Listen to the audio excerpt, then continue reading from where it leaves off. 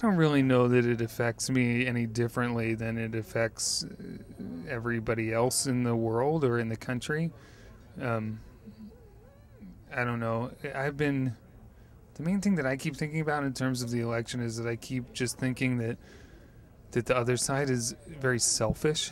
That's like the main thing that comes to mind, and it's just like these same people. I mean, now that this Palin woman is involved in like the whole, like just even the way that she ran that town, is all based on like pulling, they got rid of like their property tax and then started getting all the income from sales tax that they levied on people that came to the big box stores in their town. So they just got totally rid of the zoning, essentially built these horrible big box stores, and then levied taxes on everybody from outside of their town to pay for their hockey rink.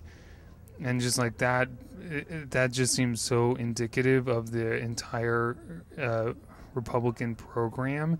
And like now all of a sudden we're in this crisis, this financial crisis, where these leaders of these huge industries have racked up these enormous debts, and now the taxpayers are supposed to bail them out. And it's like the normal people aren't going to get bailed out. They're just going to get screwed and lose their houses or whatever. And these people running these industries are going to get bailed out. And I mean, are they going to lose their houses? I doubt it. Are they going to lose their huge compensation packages? I doubt it. And it's just, they're so selfish in terms of the way that they are willing to utilize all of our resources right now and not spread it out over the course of time. And they're unwilling to, they make these false pretenses about how they're slashing taxes, even though the average people pay a higher percentage of their income in taxes now. And, I mean, it's sad that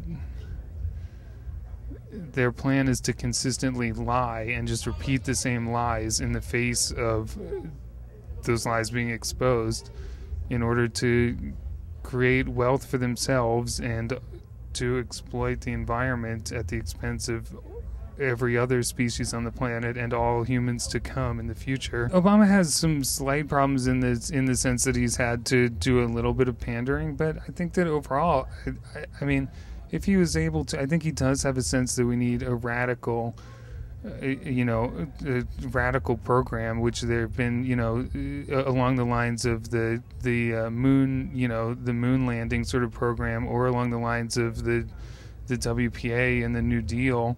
And, that's what we need. We need something that, I mean, if we actually went forward with trying to deal with alternative energy things and put money behind it, it would be a huge business generating thing, and it could be set up in a way that was not only helpful to those that are already wealthy, but could actually help normal people out, So I think the fact that he seems to have a sense of that, and and does offer something very positive as compared to this selfishness that I was talking about, which is just a really negative thing. It's very cynical and just very negative, and the whole thing around it is so negative. And I mean, the basic liberal position is actually wanting to help other people, and that's what he's there for. And he has he's able to communicate that pretty well.